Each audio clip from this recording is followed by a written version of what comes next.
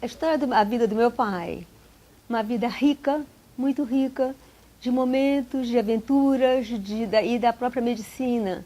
Meu pai é paulista, veio a Belém para fazer a demarcação da fronteira do Pará com as Guianas, e nessa ocasião, sendo flechado por índios, ele teve que voltar e acabou indo para os Estados Unidos. Tirou algumas flechas aqui em Belém, foi tirar o resto nos Estados Unidos.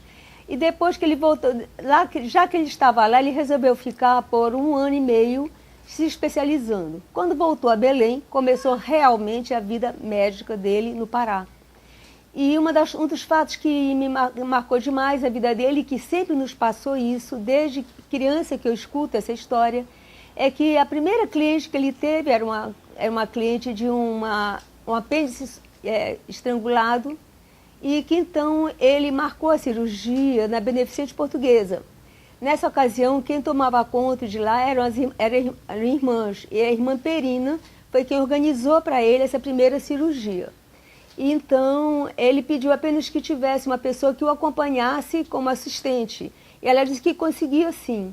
Foi quando então ele escutou aquele burburinho na sala grande de lá da Beneficente, e todo mundo correndo para um lado e para o outro, e de repente entra uma pessoa de paletó todo branco, todo de terno de linho branco, como também meu pai andava, e a irmã Perina veio e apresentou para o meu pai, e era simplesmente o Dr. Camilo Salgado.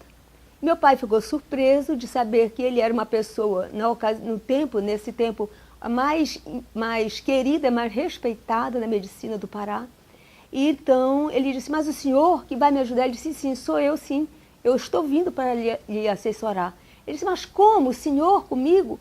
Ele disse, sim, Morelli, eu quero aprender, eu estou aqui vindo para aprender com você. Você está vindo de um centro maior que nós não temos possibilidade de ir. Então eu estou aqui justamente para ver sua técnica, o que é que você aprendeu de novo. E o meu pai ficou sensibilizado, e até morrer, meu pai sempre mencionava esse fato com lágrimas nos olhos. A partir daí, meu pai teve um crescimento rápido dentro da medicina do Pará, foi sempre muito solicitado. E ele então resolveu que ele precisava de ter assistente, que ele precisava de ter uma equipe que trabalhasse em conjunto, que um pudesse dar apoio para outro nas salas de cirurgias. Foi quando então ele escolheu alunos da universidade que ele achava que eram capazes, e então nessa ocasião foi que ele se uniu a Jean Bittar, a Chali Pacheco, a Orlando Macedo, e depois então ele sentindo que fazia falta, estava iniciando nessa ocasião, eu me lembro que as anestesias ainda eram só com a Lotane, feita por ele próprio, mas aquilo dificultava muito nas cirurgias. Foi então que ele pediu para que o Mário Rubem fosse para São Paulo para fazer um curso que estava sendo iniciado de anestesia. Ele voltou capacitado e foi um grande anestesista. E essa era a equipe do meu pai, cuja equipe começou trabalhando sempre lá no Ofílio Oyola, da Oswaldo Cruz, na Praça da República. Lá era o ponto de encontro deles. Lá eles começavam a operar o câncer sem parar, porque era cancerologia lá. E depois, então, quando o governo abriu o Hospital dos Servidores, convidou que aquela equipe viesse instalar a seção de cancerologia no Hospital dos Servidores. Foi quando eles, então, se mudaram de lá para o novo hospital. E aí eles ficaram o resto da vida deles, reunindo todos e sempre fazendo cursos e sempre com palestras, sempre se atualizando, e foi assim uma convivência sadia, muito, muito amigo, foram sempre grandes amigos, grandes parceiros, até o fim da vida de cada um deles. Unidos, tão unidos, que realmente é a impressão que dava que era uma grande família. Não existia reunião na casa de um ou de outro que não estivessem todos reunidos. Então, realmente, esse sentido era. E eles tinham uma sensibilidade muito grande em relação aos funcionários, a equipe toda, não era só o grupo deles, era a equipe hospitalar toda que funcionava em conjunto com eles. Então, eles tiveram assim um tempo de trabalho muito, muito sadio, e deixaram uma escola muito grande para trás, profissionais que foram formados com essas características, com esse perfil, que eu não sei hoje como é que ainda está. Que era o espírito de colaboração, de permanente, né? Eles faziam muita caridade, tinha o lado social deles que era grande. E é isso, foi uma convivência sadia, de muita união, muita compreensão, muita amizade, respeito que eles tinham, muito grande. Deviam ter suas discussões e seus momentos difíceis, mas sempre muito respeito entre eles, muito. Isso fez com que eles pudessem trabalhar juntos em equipe até o final da vida de cada um deles. Meu pai, na minha opinião, ele viveu 50 anos na frente do tempo dele.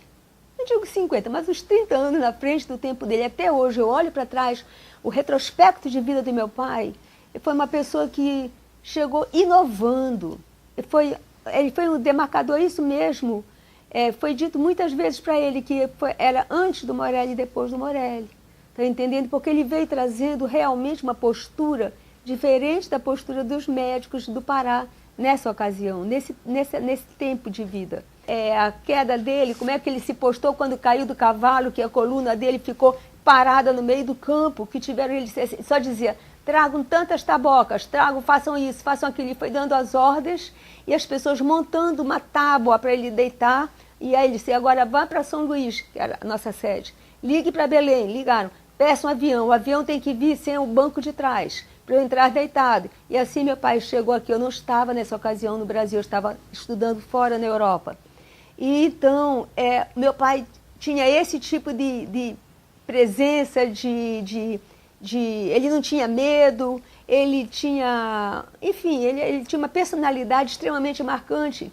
As pessoas que lidavam com meu pai sempre diziam, ele é o meu tipo inesquecível de vida. Morelli, se tivesse de escrever para seleções, aquele tipo, as seleções que tinha, meu tipo inesquecível, seria o do Morelli. Tá lá a personalidade que ele imprimia, que ele transmitia para todo mundo. Dentro de casa, ele foi um paizão. Ele era aquela pessoa que não tinha limites para ele, no sentido de... Nunca me ouvi dizer meu pai assim, não faça isso, ou você está certo ou está errado. Eu nunca escutei do meu pai, você está certo ou está errado. Ele deixava o livre-arbítrio. Entendeu? Se era bom, ele elogiava, se ele não gostava, ele nem demonstrava. Então, isso era o meu pai.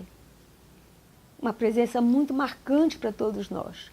O que meus filhos têm de vida com ele, o que meus netos não, mas ainda meus netos, ele pegou 3 gerações dele, marcando profundamente.